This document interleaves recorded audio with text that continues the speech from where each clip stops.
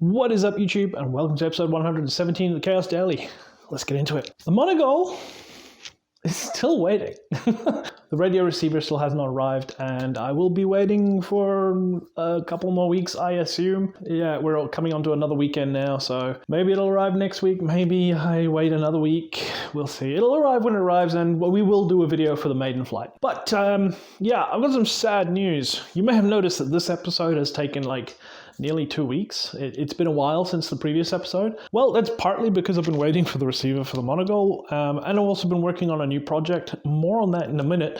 But I've been thinking about what I'm doing here on YouTube and how I'm creating these videos and stuff like that, working on getting the word out there more rather than just making more videos. So I've been spending a lot of time on Facebook groups and stuff, helping people out with their resin problems. I'm sharing some of the work that I do. Bunch of new subscribers. Welcome you guys. If you guys are from the Facebook groups, welcome to the channel.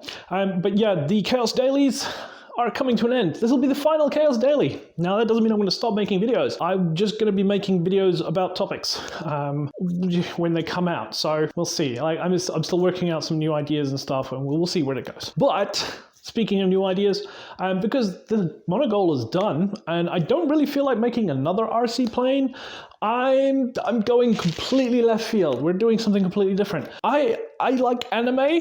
Some of you might know this. I'm a huge anime fan. I watch a lot of anime. I'll also read a lot of audiobooks, but I also like my anime. One of the things I really like are mechs. Who doesn't love a mech? So I'm going to be doing a Gundam. Yeah, that's right. I'm going to be designing from scratch a Gundam. Now, the Gundam I've chosen is based on the Gundam series, one of my favorite Gundam series. That is the Mobile 8's Gundam series. That Gundam version is the RX-79, which is the successor to the RX-78. Now, you can buy Gundam kits. This is a very popular hobby. It's quite a serious hobby. Some of these kits are quite expensive. The kit for the RX-79 only comes in MG class. Now, MG class is 1:100 scale, so it's pretty small. But I don't want to make a small Gundam, and I don't want to make a Gundam that I can just buy a kit of. I want to make it bigger. Now, the next scale up from the 1:100 scale is the perfect grade scale. Now, these Gundams are a little bit premier. They're expensive as all hell. The perfect grade kit for the RX-78, which is the previous model Gundam, you're looking anywhere between $250 to $500 US for that kit. These are some serious kits, multiple layers of detail, all the individual parts, moving parts, functional parts, flaps, armor plates.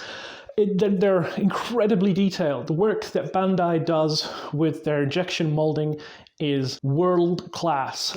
They lead the field in injection plastic molding. They have so many patents on all the different machines that they use to make these very intricate Gundam kits. Now, I mentioned the RX-78 having a PG class.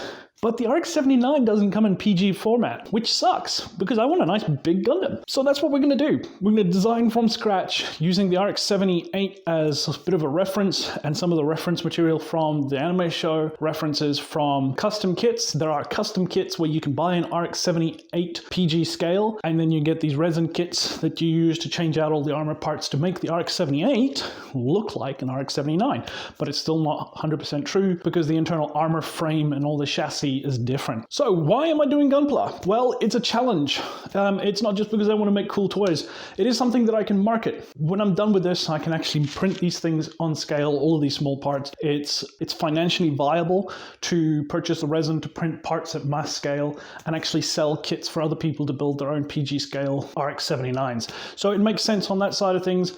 It'll be a source of revenue for me. I've shut down my Patreon. I didn't really see that being viable at the moment until I'm better well known, and I've got more to offer rather than what I've got at the moment. So yeah, that's part of the reason why I'm doing Gunpla. It's a sensible next project. I can get something back from it. I can make some money on it, but it's also an engineering challenge. It is such a technically massive challenge to do this. I've been working on some of the parts already. Let me show you. Hang on. To give you guys an idea, this is a finger. This is an articulated Gundam finger, resin printed.